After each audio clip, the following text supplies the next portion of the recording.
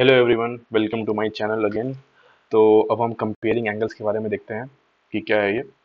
तो सिंपल अगर देखें कि look at these animals opening their mouth, ठीक है ना। तो ये तुम देखो, मैं थोड़ा जूम करता हूँ यहाँ पे।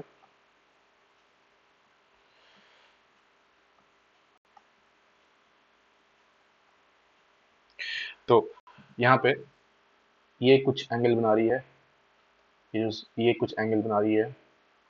फिर ये छोटी मछली जो है, सॉरी छोटी जो चिड़िया है वो एंगल बना रही है, और ये क्रोकोडाइल एक एंगल बना रहा है, ठीक है। और सब में क्या हो रहा है कि यहाँ पे एक वर्टेक्स है, फिर इसमें भी एक यहाँ वर्टेक्स है, फिर इसमें भी एक यहाँ वर्टेक्स है, और यहाँ पे भी एक वर्टेक्स है, और सब में ये आर्म है, ये आर्म है, ये आर्म है, ये आर्म है। फिर यहाँ एक आर्म है, यहाँ एक आर्म है, यहाँ एक आर्म है, यहाँ एक आर्म है।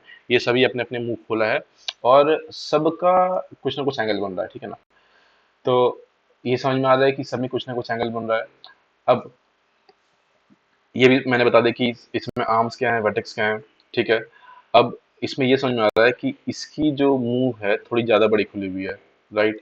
इसकी मुंह है थोड़ी ज़्यादा छोटी खुली हुई है, इसकी मुंह है थोड़ी छोटी खुली हुई है, फिर इसकी जो मुंह है वो बड़ी खुली हुई है। तो यहाँ से हम निकाल सकते हैं कि जो सबसे छोटी मुंह खुली हुई है किसकी खुली हुई है। देखो यहाँ पे मैं इसको थोड़ा ये करता हूँ, ये देखो। देखो यहाँ पे इसका बहुत छोटा मुंह खुला हुआ है, इसका एकदम छोटा सा, ठीक है। इतना छोटा मुंह खुला हुआ है। और अब देखो, सबसे ज्यादा बड़ा मुंह इसको खुला हुआ है। एंगल के हिसाब से देखें तो एंगल यहाँ पे ज्यादा चौड़ा है। ये जो रोटेशन हो रहा है एक रे से दूसरे रे तक का, एक आर्म से दूसरे आर्म का जो रोटेशन हो रहा है वो ज्यादा है यहाँ पे। और यहाँ पे सबसे कम रोटेशन है इस जगह पे, राइट। इस जगह पे जब सबसे कम रोटेशन है तो इसका सबसे कम एंगल होगा, और इस जगह पे सबसे बड़ा रोटेशन है तो सबसे बड़ा एंगल होगा। उसी तरह का देखें तो ये सबसे छोटा हो गया, फिर उससे थोड़ा सा बड़ा ये क्रोकोडाइल का, और उससे बड़ा ये स्नेक का, और सबसे बड़ा फिर ये बर्ड का, राइट, लिटिल बर्ड का। तो अब ये देखो, ये क्या बोल रहा है कि some mouths are open wider than others, the more the turning of the jaw the larger the angle. तो जो जितना बड़ा माउथ खोल रहे हैं उनका उतना बड़ा एंगल बन रहा है, राइट। अब हमने अरेंज भी कर दिया कि सबसे छोटा इसका, फिर उससे बड़ा इसका, फिर उससे बड़ा इसका, और सबसे बड़ा फिर इसका, राइट। चलो अब नीचे देखते हैं। Is it always easy to compare two angles, right.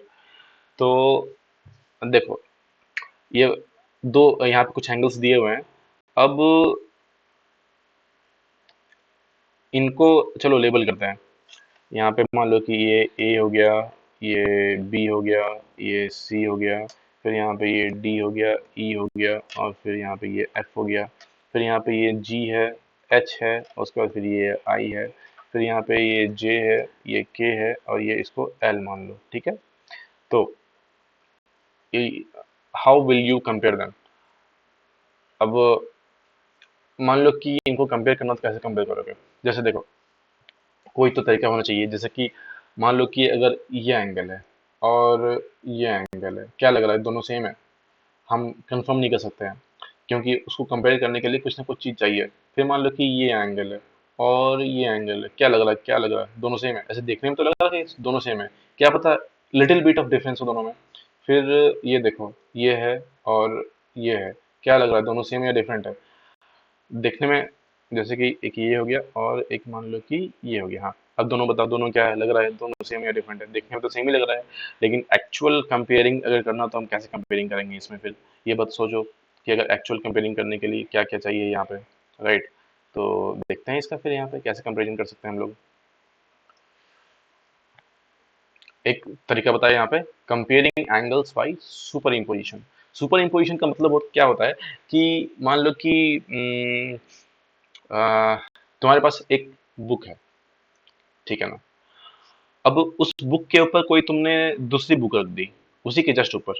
मतलब एक तुम्हारे टेबल पे एक बुक रखा हुआ था, अब तुमने वो बुक को, ये वाली बुक को उठा के इस बुक के ऊपर रख दी। तो इस बुक के ऊपर रखना इस बुक का तुम्हारा सुपर इम्पोजिशन था वो, ठीक है ना। मतलब कोई सामान किसी के ऊपर अगर तुम रख रहे हो तो वो सुपर इम्पोजिशन हुआ।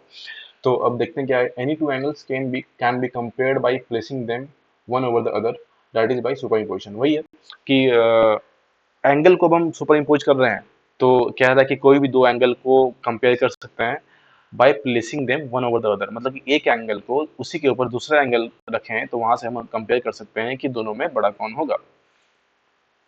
while superimposing the vertices of the angle must be overlap, मतलब कि जो वर्टाइसेस होता है वर्टेक्स का प्लूरल फॉर्म, मतलब more than one vertex is called vertices.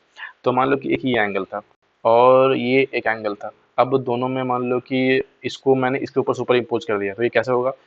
तो ये पहले था, अब इसको मैंने इसके ऊपर रख दिया तो ये ऐसा आया, और यहाँ पे फिर ये थोड़ा ऐसे हो गया, राइट। थोड़ा सा और टिल्ट कर सकते हैं इसको हम लोग, ये ऐसा है यहाँ पे और थोड़ा सा ये ऐसे चला गया। तो यहाँ पे मैंने सुपर इम्पोज कर दिया, और जब हमने सुपर इम्पोज किया तो यहाँ पे इसका वर्टेक्स कॉमन हो गया, वर्टाइसिस कॉमन हो गए, राइट। और वर्टाइसिस कॉमन हो गए तो सेम वर्टेक्स दोनों का हो गया, राइट। तो यहाँ से अब हम ये कह सकते हैं कि after super imposition it becomes clear which angle is smaller and which is larger. तो यहाँ से अब हम कह सकते हैं कि ये जो एंगल था और जो ये एंगल था, तो इसमें जो ये वाला बड़ा वाला जो दूर में था वो बड़ा एंगल था इस वाले से, राइट। ये छोटा एंगल हो गया और ये बड़ा एंगल हो गया, राइट। अब यहाँ पे देखो ए बी सी एक एंगल बनाया हुआ है, यहाँ पे पी क्यू आर एक एंगल बना हुआ है, तो ए बी सी को पी क्यू आर में सुपर इम्पोज कर दिया। तो यहाँ देखो क्या बना, ये देखो यहाँ ए बी और सी ये एक एंगल है, और पी क्यू और आर ये एक एंगल है। तो यहाँ से हमें ये समझ में आ रहा है कि ये छोटा एंगल है और ये बड़ा एंगल है, क्योंकि ये ज्यादा टर्न कर रहा है और ये कम टर्न कर रहा है, राइट। चलो अब इक्वल एंगल्स के बारे में देखते हैं। तो ए ओ बी और एक्स ओ वाई दोनों मान लो इक्वल एंगल है, ठीक है। अब इसमें देखो, मानो मत, मतलब ऐसे बस समझ लो कि दोनों एंगल्स हैं। अब दोनों एंगल्स को सुपर इम्पोज कर दो, तो जब हमने सुपर इम्पोज किया तो क्या देखा कि उनका आर्म्स, दोनों आर्म्स एक दूसरे पे ओवरलैप कर रही है, राइट। यहाँ पे बस एक ही आर्म ओवरलैप कर रही थी, इस जगह पे बस सिंगल आर्म ओवरलैप कर रही थी, दूसरी वाली ओवरलैप नहीं कर रही थी। अब यहाँ क्या हो रहा है कि यहाँ इसमें भी ओवरलैप कर रहा है और ये वाली भी ओवरलैप कर रही है। तो जब ओवरलैप कर गया तो ओवरलैप करने के बाद क्या हुआ कि एक तो वर्टेक्स सेम थे, सेम पॉइंट था उनका। तो जब दोनों आर्म्स ओवरलैप किए और वर्टेक्स सेम हो गया तो यहाँ हमें क्या पता चला कि दोनों के दोनों एंगल्स इक्वल थे, ठीक है। वही यहाँ पे कह रहा है कि the corners of both of these angle match, मतलब ये कॉर्नर्स ओ जो है वो मैच कर गए, और the arms overlap with each other, ठीक है। और O A is overlapping O X and O B is overlapping O Y, ठीक है। दोनों ओवरलैप कर दिए, so the angles are equal in size. The reason these angles are considered to be equal in size is because when we visualize each of these angles as being formed out of rotation, we can see that there is an equal amount of rotation needed to move OB to OA and OY to OX. एक और reason यहाँ पे क्या कह रहा है कि दोनों एंगल इक्वल होने का रीजन क्या है कि जब हम लोग विजुलाइज करते हैं ये दोनों एंगल्स को, तो जितना रोटेशन हमें यहाँ से यहाँ इस रे में करने में लगा, उतना ही रोटेशन इस रे से इस रे को करने में लग रहा है। तो जितना रोटेशन हमें लग रहा है उतनी रोटेशन मतलब दूसरे वाले में भी लग रहा है। तो जब रोटेशन इक्वल है तो फिर एंगल भी इक्वल होगा, ऐसे हम कह सकते हैं। तो यहाँ से ये भी देखो, OB टू OA का रोटेशन, OB टू OA का रोटेशन, और OY टू OX का रोटेशन, OY टू OX का रोटेशन। तो यहाँ पे क्या बताया कि दोनों इक्वल है, जब दोनों इक्वल है तो एंगल भी इक्वल होगा। अब यहाँ से जो हम लोगों ने सुपर इम्पोजिशन के बारे में देखा, तो हम ये कह सकते हैं कि when two angles are superimposed and the common vertex and the two rays of both angles lie in the top of each other then the size of angle are equal, ठीक है। तो यही है कि अगर दो angle को super impose कर रहे हैं और दोनों में कॉमन वर्टेक्स आ रहा है और दोनों जो रेज हैं दोनों एक दूसरे के ऊपर लाई कर रहे हैं, ठीक है। जब दोनों एक दूसरे के ऊपर लाई कर रहे हैं तो एंगल का जो साइज है, जो एंगल का क्वांटिटी है, वो दोनों इक्वल हो जाएगी, राइट। चलो कुछ क्वेश्चन से देखते हैं। देखो एक एक क्वेश्चन ये कह रहा है कि what else do we use superimposition to compare. अभी मैंने जैसे बताया कि एक बुक है, राइट। अब ये जो बुक है, ये बुक के ऊपर तुमने अपनी एक कॉपी रख दी, जो कॉपी है वो तुम्हारी बुक से छोटी है। अब तुम कंपेयर कर रहे हो कि तुम्हें चेक करना है कि बुक बड़ी है या कॉपी बड़ी है, तुम इसी के ऊपर अपनी कॉपी रख दी, और तुमने क्या किया कि नीचे से नीचे साइड जो है वो दोनों को अटैच कर दिया, मतलब इक्वल इक्वल पे। अब दोनों को जैसे पकड़ के ग्राउंड कैसे बोलूँ मैं तुम्हें, अम, तुमने दोनों को जो बेस है वो इक्वल जैसा रखा, और जो बड़ी वाली बुक है उसके ऊपर छोटी वाली कॉपी रख दी, और छोटी वाली कॉपी और जो बड़ी वाली बुक है उसके जो नीचे है दोनों को इक्वल लाइन में ले आया। ठीक है, जब दोनों को इक्वल लाइन में ले आया तो पता चला कि ये जो बुक बड़ी वाली थी ये छोटी वाली कॉपी से बड़ी थी। क्यों? क्योंकि यहाँ पे कुछ एरिया बच रहा था। जब ये एरिया बचा तो तुम्हें पता चला कि हाँ ये सुपर इम्पोजिशन का काम कर रहा है, और यहाँ पे हम कंपेयर करने के लिए सुपर इम्पोजिशन का यूज कर रहे हैं। ठीक है, चलो एक क्वेश्चन देखते हैं। Fold the rectangular sheet of paper then draw line along the fold created. चलो, तो तुम्हें एक पेपर लेना है रेक्टेंगुलर शीट का, इस शेप में एक पेपर ले लो और उसको एक फोल्ड करो। राइट, अब फोल्ड करने के बाद वहां पे एक तुम्हें क्रीज दिख रहा होगा, लाइनिंग दिख रही, तो वहां पे एक लाइन ऐसे बना दो। ठीक है ना। अब मान लो कि तुमने ये जो रेक्टेंगल लिया, रेक्टेंगल पेपर को वहां पे फोल्ड करने के बाद एक यहाँ लाइन बन गई, और लाइन बनने के बाद तुमने वो लाइन ड्रॉ कर दिया। अब चलो इसको हम ऐसे करते हैं कि ये लाइन को ऐसे ही रहने देते हैं। राइट, तो ये लाइन को, इसको थोड़ा और बड़ा करते हैं, इसको हमने ऐसे कर दिया। अब क्या बोल रहा है, name and compare the angles right found between the fold and the sides of paper. तो ये पेपर का साइड्स है। ठीक है, अब इस साइड से इस आ, ये जो लाइन फोल्ड करने के बाद क्रिएट हुआ है, यहाँ जो एंगल बन रही है, फिर यहाँ पे जो एंगल बन रही है, फिर यहाँ जो एंगल बन रही है, यहाँ जो एंगल बन रही है, इसको कंपेयर करने के लिए कह रहा है। राइट, तो कंपेयर करने के लिए हम देखते हैं कि कैसे कर सकते हैं यहाँ पे। और फिर कह रहा है कि make different angles by folding a rectangle sheet of paper and compare the angles which is largest and smallest that you have made. तो देखते हैं यहाँ पे, देखो मान लो कि ये एंगल 1 है। ठीक है, ये एंगल 2 मान लो, ऐसे कोई मतलब, चलो इसको ऐसे छोड़ो ये। हाँ चलो नंबर के वाइज से मान लो, angle 1, angle 2, angle 3 and angle 4। तो यहाँ से हमें ये समझ में आ रहा है कि जब हमने ये लाइन से, जब ऐसे एक लाइन फोल्ड किया और यहाँ पे लाइन हमने बनाया यहाँ पे, तो हमें ये समझ में आया कि ये जो एंगल बन रहा है, राइट, ये जो एंगल बन रहा है और ये जो एंगल बन रहा है, तो दोनों एंगल इक्वल आ रहे हैं। दोनों एंगल इक्वल कैसे आ रहे हैं? अब देखो ये तो सेम ही लाइन है, और रेक्टेंगल का हमें पता है कि ये ऊपर और नीचे वाले पैरेलल होते हैं।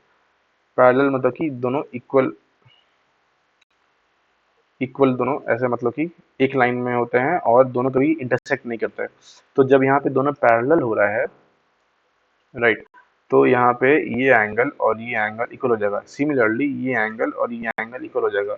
उतना हमें नहीं डीप में जाना है, बस ऐसा समझना है कि ये जब दो लाइंस पैरेलल होते हैं और उसके बीच में एक लाइन मिली भी होती है ऐसे, तो वहाँ पे ये एंगल और ये एंगल, मतलब इस लाइन का इस साइड वाला और इस लाइन का इस साइड वाला ऊपर में, वो इक्वल हो जाएगी। उसी तरह यहाँ पे इस लाइन का इस साइड वाला और इस लाइन का ऊपर में इस साइड वाला वो इक्वल हो जाएगी। तो यहाँ हम यहाँ से लिख सकते हैं कि एंगल 1 इक्वल टू एंगल 4 और एंगल 3 इक्वल टू एंगल 2। अब यहाँ से हमें ये समझ में आ रहा है कि ये देखो, जितना रोटेशन हमें यहाँ से यहाँ जाने में लग रहा है, उससे ज़्यादा रोटेशन हमें यहाँ से यहाँ जाने में लग रहा है। राइट, देखो दोनों को मैं लिखता हूँ। देखो एंगल 3 जो है उसको हम ऐसे लिख सकते हैं, और जो एंगल 4 है उसको हम ऐसे लिख सकते हैं। देखो इसका रोटेशन और इसका रोटेशन, दोनों में बड़ा कौन लग रहा है? एंगल 3 वाला बड़ा है। तो ये हम कह सकते हैं कि angle 3 is greater than angle 4। So angle 3 is greater and angle 4 is smaller. ठीक है ना, ऐसे याद कर सकते हैं हम लोग, ऐसे समझ सकते हैं हम लोग। इसको याद नहीं करना, मैं बोल रहा हूँ, इसको बस समझना है, बेसिक्स समझना है, कुछ ज़्यादा हार्ड थिंकिंग नहीं है इसमें, बस बेसिक्स अंडरस्टैंडिंग है और कुछ नहीं है। चलो नेक्स्ट क्वेश्चन देखते हैं इसमें, कि हर एक केस में determine which angle is greater and why. देखो ए ओ बी और X O Y, A O B X O Y, right. तो देखो यहाँ पे ए ओ बी है, इसको रोटेट करने में इतना चलना पड़ रहा है, और एक्स ओ वाई है, इसको रोटेट करने में इतना ही चलना पड़ रहा है। तो तुम्हें क्या समझना है कि कौन सा बड़ा है यहाँ पे? ए ओ बी बड़ा है एक्स ओ वाई से। तो यहाँ पे angle angle A O B is greater than angle X O Y. क्यों? क्योंकि the rotation we are taking in angle A O B is greater than the rotation we are taking in angle X O Y. फिर से बोल रहा हूँ, the rotation we are taking in angle X, sorry, the rotation we are taking in angle A O B is much greater than the rotation we are taking in angle XOY। ठीक है। अब उसी तरह AOB और XOB का देखें तो देखो AOB AOB और XOB, राइट, ये है हमारा। अब जैसे कि AOB बोला कि AOB ये था और XOB ये वाला है, ये वाला, राइट। तो यहाँ से वही सिमिलर कि AOB यहाँ पे बड़ा होगा, angle AOB is greater than angle XOB, right. और उसी तरह यहाँ पे कि इनका जो रोटेशन है वो रोटेशन ज़्यादा हो रहा है XOB से, राइट, इसलिए AOB बड़ा होगा। अब यहाँ देखते हैं कि XOB और XOC, तो देखो यहाँ पे ये XOB और यहाँ पे XOC, हमें क्या समझ में आ रहा है कि XO और XO जो लाइन है दोनों आर्म्स जो हैं कॉमन है और दोनों एक दूसरे के ऊपर सुपर इम्पोज्ड है, और O यहाँ सेम वर्टेक्स है और B और C है वो सेम रे में ही लाई कर रहा है। तो हम यहाँ से ये कह सकते हैं कि यहाँ पे दोनों आर्म्स सेम है और सेम कॉमन वर्टेक्स है, तो यहाँ पे XOB इक्वल टू XOC होगा, राइट, दोनों इक्वल होंगे। ये यहाँ पे क्या है, ये ग्रेटर का मैंने साइन बनाया है, मतलब कि AOB बड़ा है और XY छोटा है। उसी तरह यहाँ पे AOB बड़ा है और XOB छोटा है, राइट, ये देखो, ठीक है।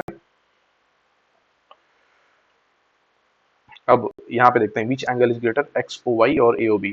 तो XOY और AOB में देखते हैं क्या है। अब जैसे मान लो कि ये एंगल, इसको मान लो एंगल 1 मान लो, फिर इसको मान लो एंगल 2 और इसको मान लो एंगल 3, राइट। अब यहाँ पे तो हम यहाँ पे सिर्फ एंगल O नहीं ले सकते, या फिर इसको हम एंगल O नहीं ले सकते, या फिर इसको हम एंगल O नहीं ले सकते। तो इसलिए मैंने क्या किया कि इसको एंगल 1 मान लिया, इसको एंगल 2 मान लिया, इसको एंगल 3 मान लिया, बस डिनोट करने के लिए, समझने के लिए, ठीक है।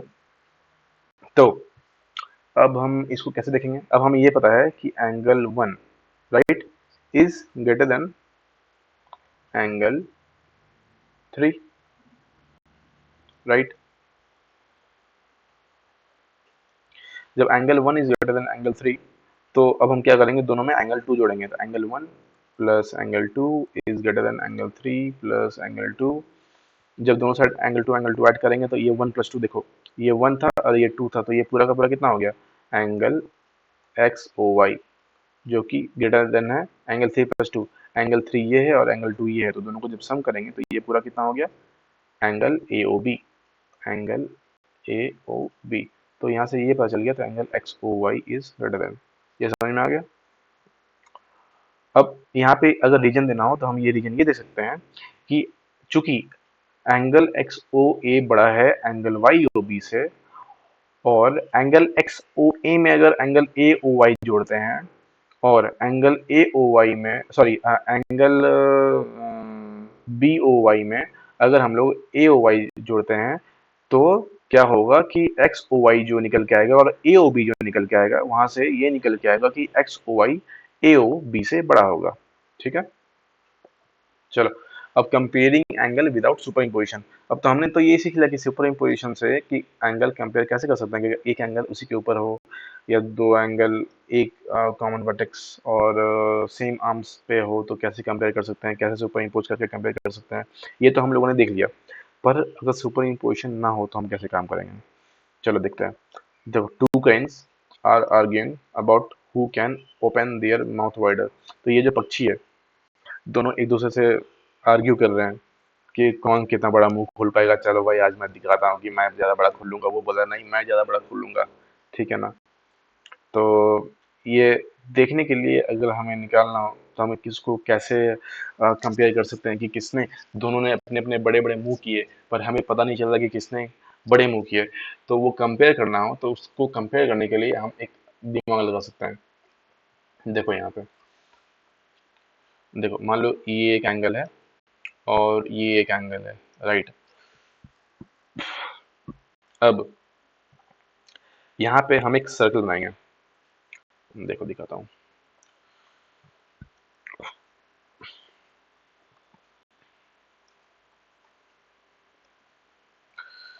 Let me draw circle here.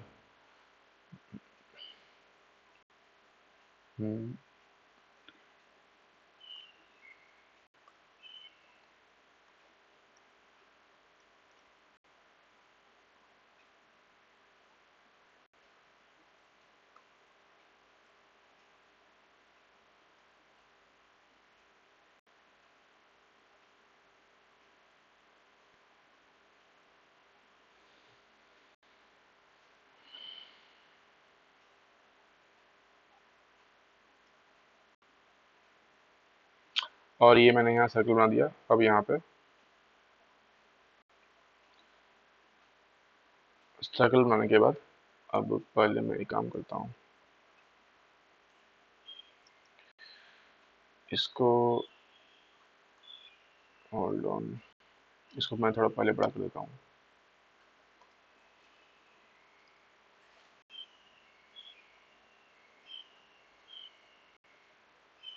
ये जो एंगल है इसको मैं थोड़ा बड़ा कर दिया, राइट, ठीक है।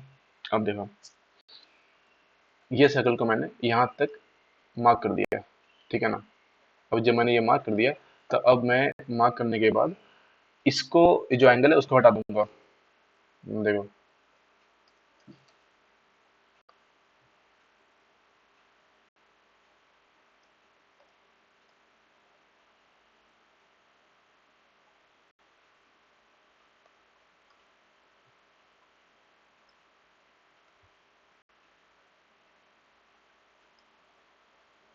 इसको हटा दो,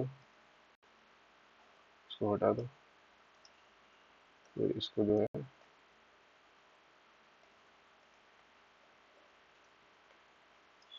उसको यहाँ साइड कर दो। तो ये देखो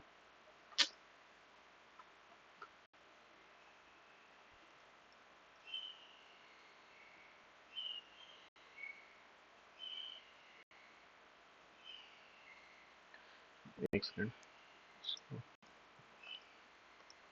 अब ये देखो ये जो है हम्म, इसको मैं दोबारा करता हूँ, ठीक है।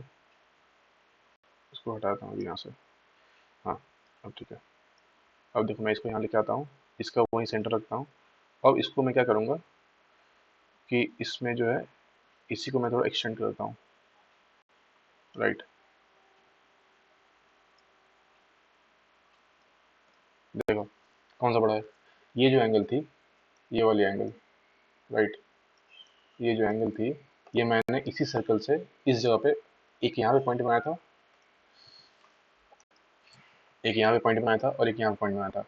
अब ये जो दूसरी वाली एंगल थी जो मैंने बाद में बनाया था, वो एंगल जो थी उसको मैंने इसी के ऊपर रखा। तो मैं क्या देखा कि ये एंगल जो आर्क बना रही है, राइट, ये जो एंगल आर्क बना रही है वो एंगल यहाँ बी से ए तक नहीं बल्कि बहुत दूर तक जा रही है।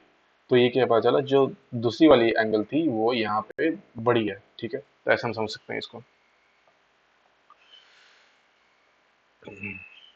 अब देखो ये चीज तुम्हें घर पे कैसे करना है मैं बताता हूँ। एक सर्कल लेना है, ट्रांसपेरेंट सर्कल, ठीक है ना। अब जो उसको तुम इधर से उधर ले जा सकते हो या कहीं किसी किसी चीज के ऊपर रख सकते हो। ट्रांसपेरेंट सर्कल तुम ऐसे समझ सकते हो कि जैसे कि एक मान लो कि एक पेज है, वो ट्रांसलूसेंट पेज दिखाती है, उसको तुम यूज कर सकते हो यहाँ पे। वो पेज को सर्कल के फॉर्म में काट सकते हो।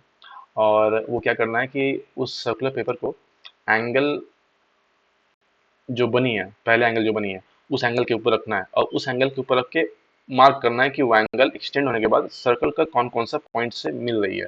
तो मैंने वही पहले किया था कि सर्कल कौन कौन से पॉइंट से मिल रही थी। तो मैंने पहले यहाँ पे इस पॉइंट को मार्क कर लिया था, राइट। और फिर बाद में क्या करना है, उस पॉइंट जब मैच कर रही है तो मिलने के बाद हमें उसे कहीं और रखना है। तो देखो यहाँ पे हमने जब उस सर्कल को ए पॉइंट और बी पॉइंट से मार्क कर दिया, उसके बाद अब उसको दूसरे जो एंगल है उस एंगल पे रखेंगे और उस एंगल का जो रे है उसको एक्सटेंड करेंगे। तो जो देखो ये रे हमने एक्सटेंड किया यहाँ से यहाँ तक, फिर यहाँ से यहाँ तक। अब देखो इसमें एक का आर्म लेंथ वही उसके ऊपर ये कर देंगे, ओवरलैप कर देंगे, उसी के ऊपर रख देंगे। और दूसरे का आर्म लेंथ वही रहने देंगे और जो सेंटर है सेंटर को वही या वर्टेक्स जो है वही रहने देंगे। तो यहाँ से हमें ये दिखा कि ये जो दूसरा वाला एंगल था वो एंगल बड़ा था, क्योंकि यहाँ इसका आर्म लेंथ पहले वाले का यहाँ तक आया, दूसरे वाले का यहाँ तक चला गया, राइट। इसीलिए वो उसका आर्म लेंथ बड़ा है, सॉरी उसका आर्क लेंथ बड़ा है एक्चुअली, मतलब कि जो सर्कल का जो डिस्टेंस है यहाँ से यहाँ और वही डिस्टेंस यहाँ से यहाँ है। तो ये वाला जो ए ओ बी था वो बड़ा था किससे, एक्स ओ वाई से, ठीक है। तो ये हम समझ सकते हैं इसको ऐसे। अब इसका नेक्स्ट में क्या है वो देखते हैं। तो अब इसमें ये कह रहा है कि which crane was making the bigger angle. तो सिंपल है, तुम्हें वो सर्कल यूज करना है जो ट्रांसलूसेंट पेपर का है, और उसमें क्रेन को एक क्रेन के ऊपर उस सर्कल को रख के उस पे मार्क करना है, और वो मार्क करने के बाद दूसरे क्रेन के ऊपर रखना है, दूसरे वाले पक्षी के ऊपर रखना है, और फिर वहां से उसको कंपेयर करना है कि कौन सा बड़ा है। ठीक है। हम्म, एक चीज मैं दोबारा बता रहा हूँ, ये चीज मैं पहले बता चुका हूँ, यहाँ जो लिखी हुई है वही कह रहा हूँ कि अगर किसी चीज का एंगल ये है, ठीक है ना, और मान लो कि यही सेम एंगल में अगर मैं इसका लेंथ बढ़ा दूं और इसका लेंथ बढ़ा दूं, तो इनका एंगल तब भी सेम रहेगा, कुछ भी डिफरेंट नहीं होने वाला, क्योंकि इस रे से इस रे में जो रोटेशन करने में क्वांटिटी जो जा रही है, वही जो रोटेशन करने में जो टर्न होने में जो जितना टर्न हो रहा है, जितना रोटेट हो रहा है, ये उतना दोनों में सेम होगा। ठीक है ना, अगर मैं एक्सटेंड कर दूं उनका रे को तब भी। चलो, तो ये वीडियो आज के लिए इतना ही। अब मैं नेक्स्ट वीडियो में मिलूंगा आप लोगों से। अब नेक्स्ट वीडियो में मैं मेकिंग रोटेटिंग आर्म्स के बारे में हम लोग डिस्कस करेंगे। ठीक है। तो thank you for watching the video. If you like the video, like, share and subscribe.